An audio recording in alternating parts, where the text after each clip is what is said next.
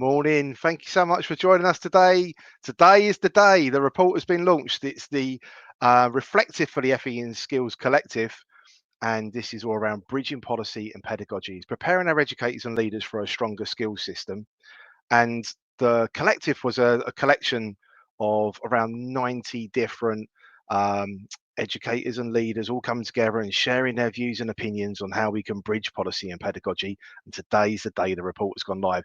I'm joined by Dr. Vikki Smith and Ben Rowland. So Vikki is from ETF and Ben is from AELP, who are the report co-authors. And I wonder if I could bring you in like almost straight away. But Vikki, if I could bring you into the studio. Hey, Vikki, how are you? Very good, thank you. Good to be here. Oh, really glad to have you here. Ben, how are you? Great, lovely to be with you.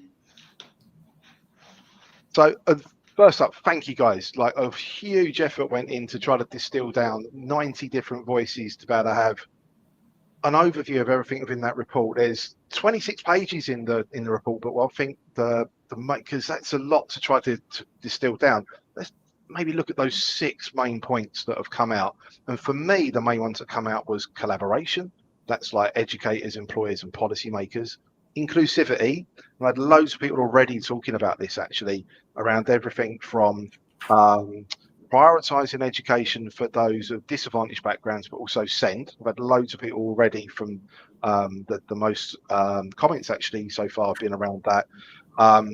Empowering our educators, so around CPD and what we need to do to equip and professionalisation. Careers advice and guidance, all age in particular. Place-based approaches, regional and local. That was the next biggest so far. Comments from everyone from the collective and also outside of our Oh My Life, thank you, that people are talking about regional and local. And also around technology integration and what we're doing for the future.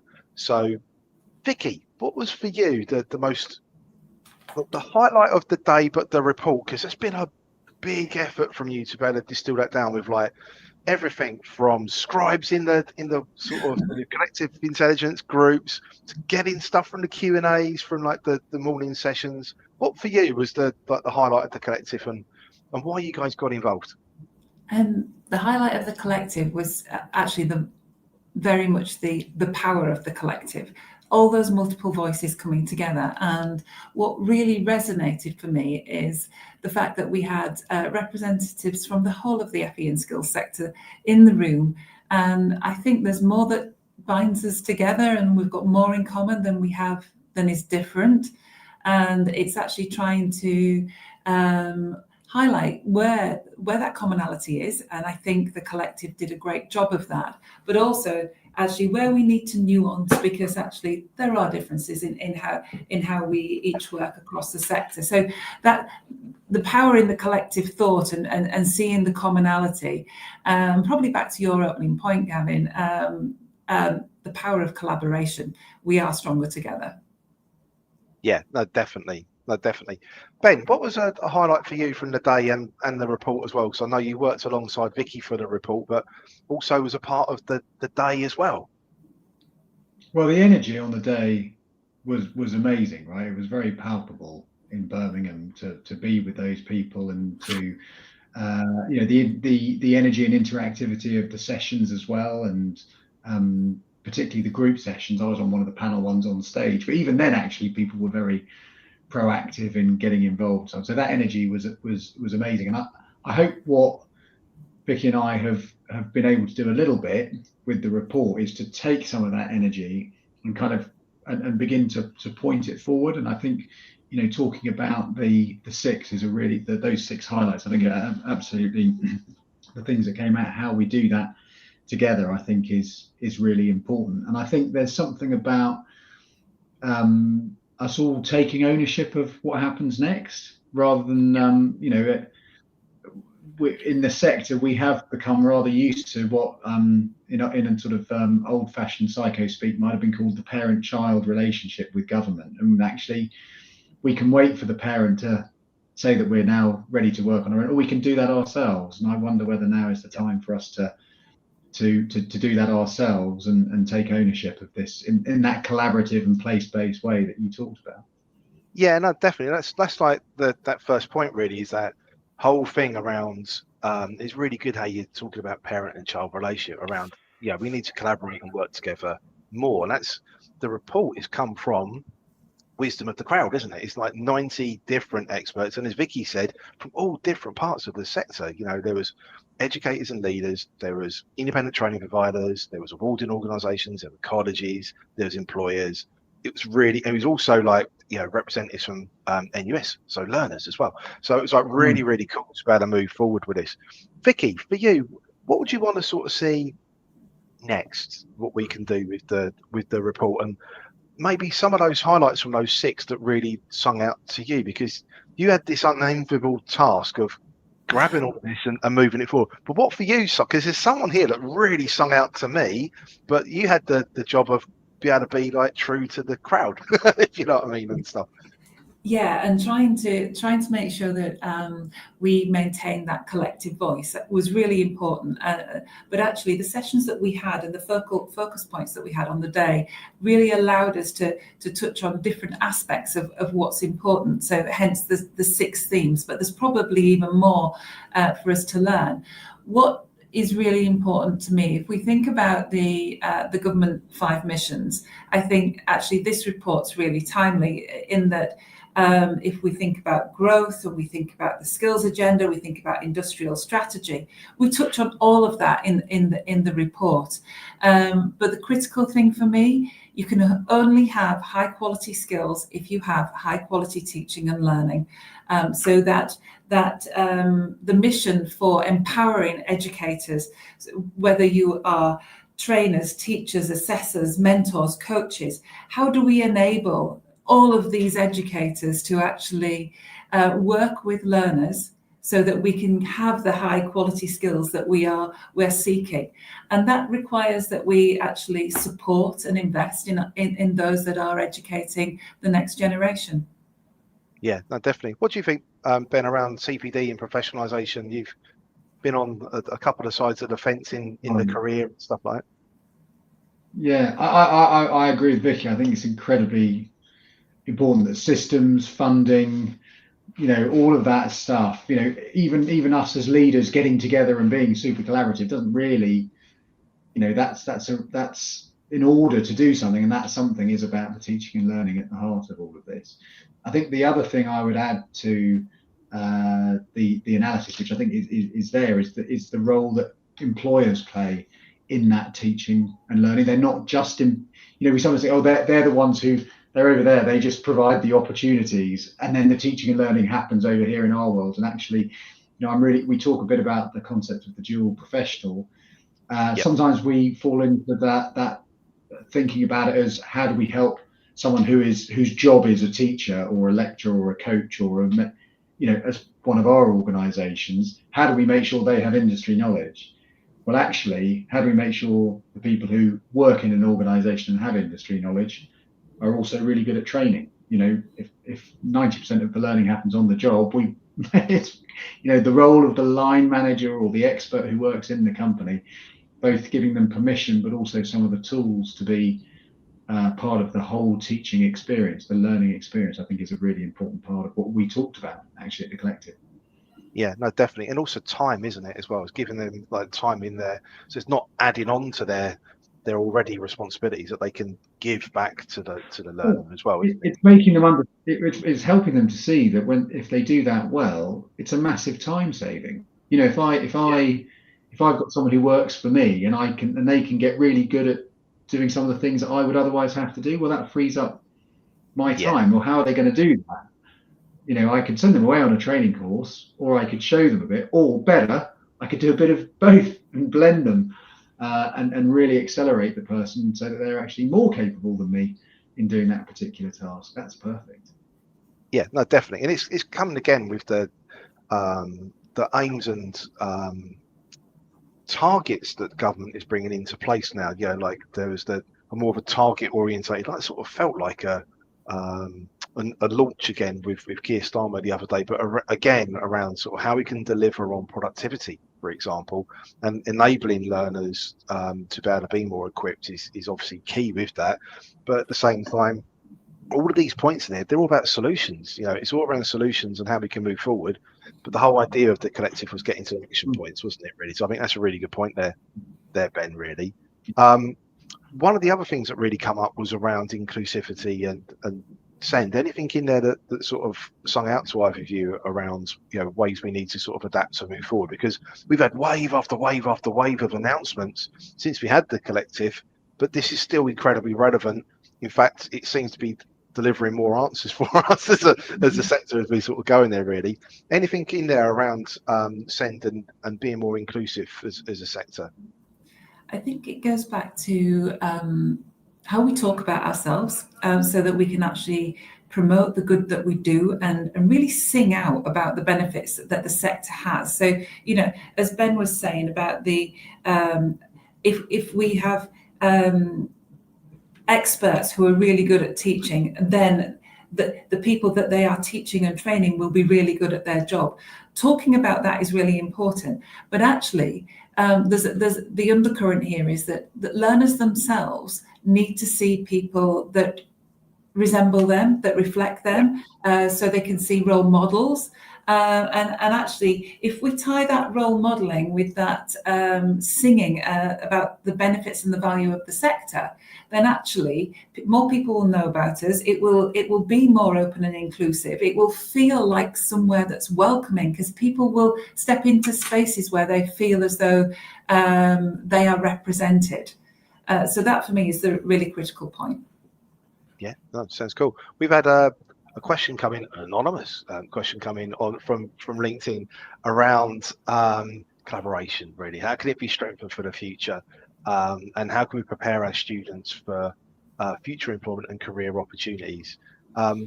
Anyone want to jump into that? Ben, I know you got some really, we've talked about collaboration the other day, actually, on a video and stuff like that. I don't know if you want to jump in.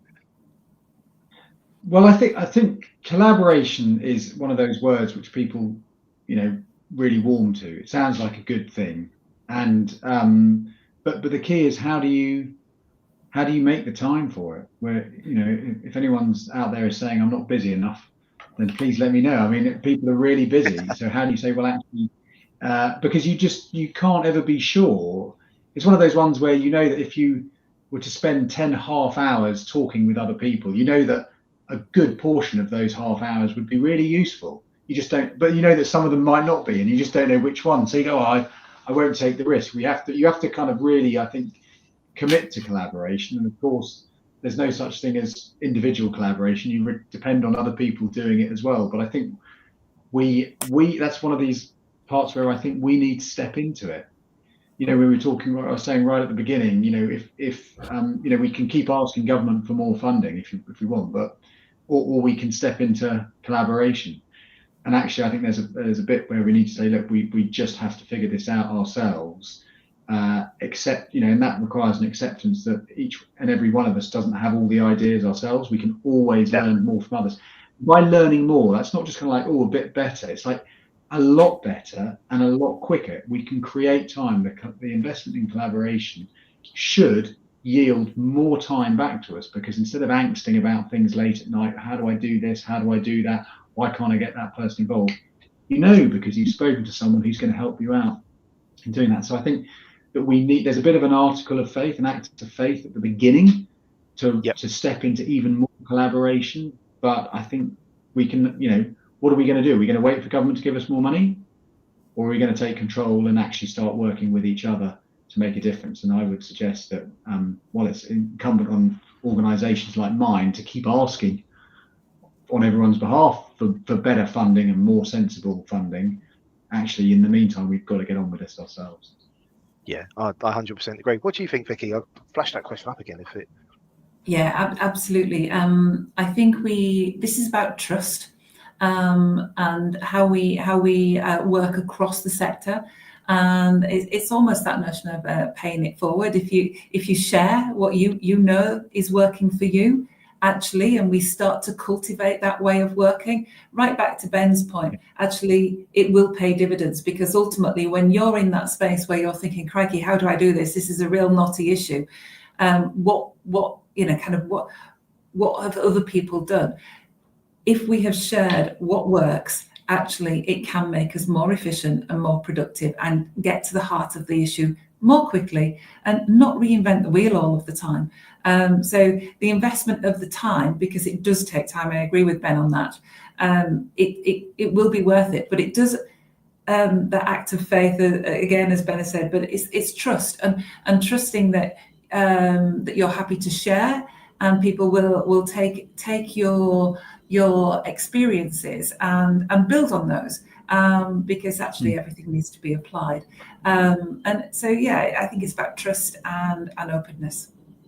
Yeah, no, I 100% agree. And I totally agree with you, Ben. I think we need to be living it and showing it to government. And I think it would naturally then come, you get more funding because we're doing these things in collaboration. We're doing these.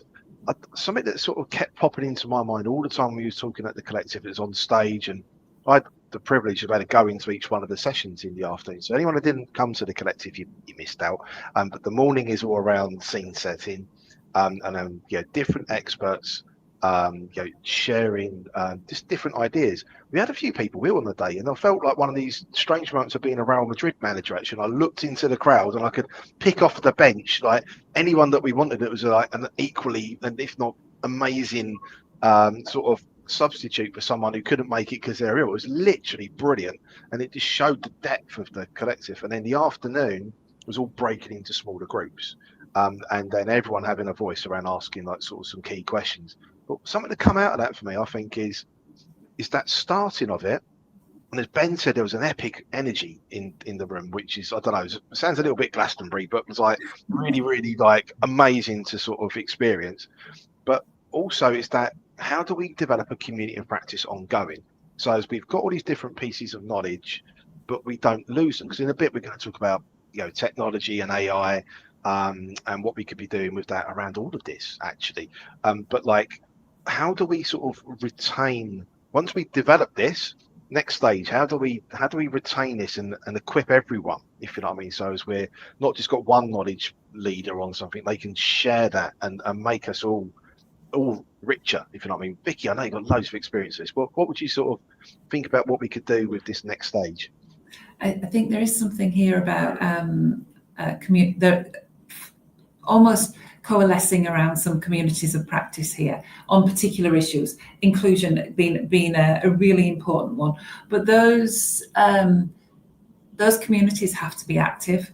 They won't work, they won't self-sustain if actually everybody just wants to take from those communities and absorb what the discussion is. We have to actually contribute, we have to share, we have to actually, and we're very capable of this and very good at it because we've done it, well, forever and a day. We have to create new knowledge and new thinking and new ways of working, and actually doing that by having a conversation and by collaborating with others via communities of practice that perhaps culminate in events like the collective. That feels great, but yeah, it has to be active. We have to turn those discussions into new thinking, new knowledge, new ways of working. Yeah, no, definitely. Ben, how about your sort of take on that? Well, I think I agree with all that. I think we also need to encourage people in those communities of practice, whatever form they're taking, to be really, really granular. People are sometimes afraid of being granular. They think, we've got to get the big picture right. But actually, we need to solve things. So when talk in relation to what Vikki was going to say, and say an example with send is, if someone has an example of what do you do when I've got someone presenting to me who's got this and this issue, I don't know what to do. That's the kind of question to kind of share with people, because someone will say, well, do you know what, I had exactly the same thing and I tried this out, it didn't work, so next time I did this and it did work, and boom, that is just a massive saving for that person, but also for all of us. So sometimes we're afraid about, there is a sort of a fear of embarrassment. It's never embarrassing to talk about high level strategy and we should do more on send and be more inclusive. No one's ever going to, but actually if you say, well, I've done this with someone, there's always a risk of embarrassment, because someone might turn around or you fear that someone might turn around and go, you did what? Oh, I wouldn't have done that. But that's the level we've got to get to, be a bit brave and be supportive of each other. Bear in mind that when someone does share something that they've done, is not to jump on them and say, oh, you shouldn't have done that, Yeah. but to say, that's interesting, tell me a bit more about that, that we are supportive of each other sharing, you know, what is otherwise potentially embarrassing kind of bits of detail about how we go about our work. But unless we do that, we won't learn those practical lessons. And very often those are the ones that then really shape and energize the higher level conversation. So I think getting granular on this is important. Yeah, no, definitely. And I think, singing the praises of the collective, I think everyone really did that. They were brave. They left their egos at the door. Do you know what I mean? And I think it's maybe we're often put underneath the microscope as a sector, aren't we? And you've said before, Ben, is that perfect is the enemy of good, or be able to get going. Do you know what I mean? And innovation, we need to be able to learn fast, fail fast, and have permission to fail at times. And I think that also goes with being vulnerable, isn't it? So I think that's a really good point for us a practical thing to be able to move forward, isn't it? You don't need any funding for that, for us to be able to be a bit more open and honest with each other. A couple of other things that have really popped out in comments. I mean, we've been live with the report for a couple of hours, so like the feedback so far, a lot of people have been really interested in two other things. Really, is regional and local, being place-based approaches and stuff like that. Vikki, I didn't know if you wanted to, sort of explore any of those bits a little bit more of what's coming out from the collective, but there's also developments in this going forward. We've got more questions and answers still, but this is maybe really good timing to be able to say what the collective was thinking around place-based approaches and stuff like that.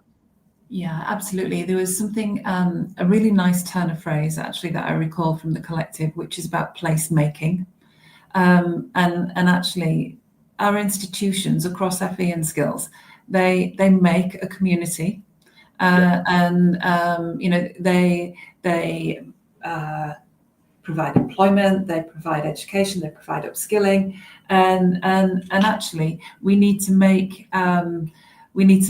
sort of recognize that actually different localities, different geographies, whether they're kind of regional or even smaller, they will have different priorities, and that's okay. So let's enable the sector to respond to the needs of their communities and their localities, because the national blueprint won't really work here. There may be some bigger sort of buckets or kind of big ticket items, but actually they'll manifest differently up and down the country, and that's okay, because we're serving the needs of the community, and that community being industry, employers, as well as the social fabric, and really playing that role as anchor institutions, I think. Yeah, definitely. We're like flying through the time. I was suddenly thinking, oh no, I've got two more things I want to ask. Ben, I'm going to jump straight into careers guidance, and what are your sort of views on that? What did you pull from the collective, and what do you think around what we need to be thinking around for careers guidance, not just for young people, but we've got we've got 900,000 needs, so it could be raising to 1 million. We've got more people that are economically inactive than what we are that are claiming benefit at the moment. What can we do around careers guidance to be able to address it? I on the local and regional stuff, I'll answer that through the careers guidance lens. get two in one there, but because I think we tend to think of it's the problems, it's the challenges that are unique to local, and it's not. It's also the delivery will be unique to local. So actually you can have two areas which might have exactly the same challenges or opportunities, but the solutions might be very different, not because one's better than the other, just because one's in one place and one's in the other, because these solutions, coming back to collaboration, depend on relationships, people who have massively different histories, massively different takes on things, massively different experiences, different things. And actually, we need to play to that and allow that to happen. So in the world of careers advice, saying that you need to have this way of delivering careers advice, it needs to be the same, and all we're doing is plugging in careers advice for digital in one place and careers advice for green energy in another, is, for me, misses the point. What's crucial is that the person who is giving the people careers advice knows the people in green energy or knows the people in digital, that they can actually, and they're known for that, they're trusted as being able to say, well, actually go and speak to this person, or what you need to think about is X, and understanding that the institution that person is in, a college, a school, whatever, or is coming through a particular job centre, that institution will have its own strengths and weaknesses. So the person who's guiding is genuinely showing people how they navigate their pathway, not kind of saying, here is some standard staple kind of stuff that you should follow. So that, for me, careers guidance is all about genuine relationships, collaboration, which only works at a local level. Yeah, definitely. Yeah, spot on.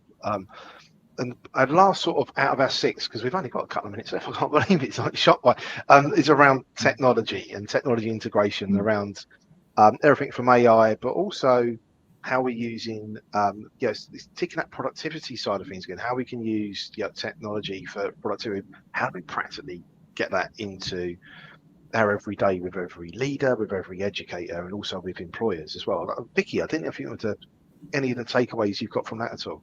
Yeah, I think we could have had a whole session on technology. Actually, crikey, where and AI, where do you start? The genie's out the bottle, and it's going to get bigger and bigger. And I think we need to learn to work with AI from a pedagogy point of view, certainly, and use it to ensure that what it does enable is to have really powerful contact time with learners. If we can use it to save time doing other activities away from that contact time with learners, let's embrace it. Let's manage the risks, acknowledge what they are, and work through them so that we get to the point where there are no concerns about the robustness of assessment, for example, and we work that through, and we find ways and means to use technology and AI to make sure that actually people are able to demonstrate what they know and understand. From an industry perspective, and I'm guessing from an employer perspective, and Ben, you might want to say more on this, but skills are changing at the skills requirements are changing at such a pace because of technology. The jobs are changing, how we do the jobs are changing. And so back to that earlier point as well, that all-age career piece is absolutely fundamental, because I think, kind of we can expect to have at least 15 different careers in a lifetime these days. So, kind of careers at school leaving age isn't going to be sufficient, so we need to take the blinkers off. But yeah, technology and making sure that we stay ahead and prepare our learners for the future careers in a timely fashion, which is such a critical and fine timeline, because prepare them too soon, the jobs won't be there, and too late actually will be stymieing that productivity and that growth. So really fine balance, and a real challenge for us, I think, but one that we do have to embrace. Yeah, no, definitely. I'm just going to flash up really quick. Jackie's this thrown in as well around dual professionalism and CPD, and for educators, and having a 2024 mindset towards wellbeing and CPD for all educators. I agree, Jackie. We're nearly at the end. We've got like about a minute to go. Ben, if you could take him from the report, if you could take one thing that you'd want to lift out or change, what would you want to see? Oh, I think the big thing for me about this was inherent in pretty much what everyone said, is that they want to work together. There's a real appetite for working together. So I'd say let's all give each other permission to do that, to spend a bit of time, maybe even waste a bit of time, because we'll never know until we've done it, but spend some time working together, and I think we'll be amazed where we can get to. Yeah, I 100% agree. Vikki, what would you want to see? I don't think I can trump that. I think collaboration is at the heart of this. How we work together when we, as we said earlier, when we have really busy and full commitments already, finding the time, because we will also find the value, and trusting in the collaboration to help us, I think, is probably the key thing here. Yeah, no, definitely. I flashed it up earlier when you were talking, Barbara, a nice picture of Barbara from memory, but practice makes progress, and I think that's a really good point to sort of move forward. We're completely out of time. For me, what I thought was really interesting was blown away by everyone coming together, but I think it just sort of really smacks of what we need next, is to not lose that, and to have this community of practice to be able to share and keep and retain and introduce new people into the mix fit. Time's gone, everyone. I hope you really enjoyed the report. We're pushing it out to to national and international. It's gone out to ILO, OECD, UNESCO. It's gone wider than just UK, because I think there's some things in there that'd be really helpful globally for the skills system. Thank you so much, Vikki and Ben, for taking time out to put all that report together. Massive task. And thank you everyone who also showed up, egos left at the door, rolled their sleeves up, got really involved, and were brave and shared those ideas and given us a blueprint of what we could do with collaboration and moving forward. So I hope you enjoyed the report. Thank you everyone for joining us today. We'll see you really soon. Thank you, Gavin. Thank you, everyone. Thank you. Bye.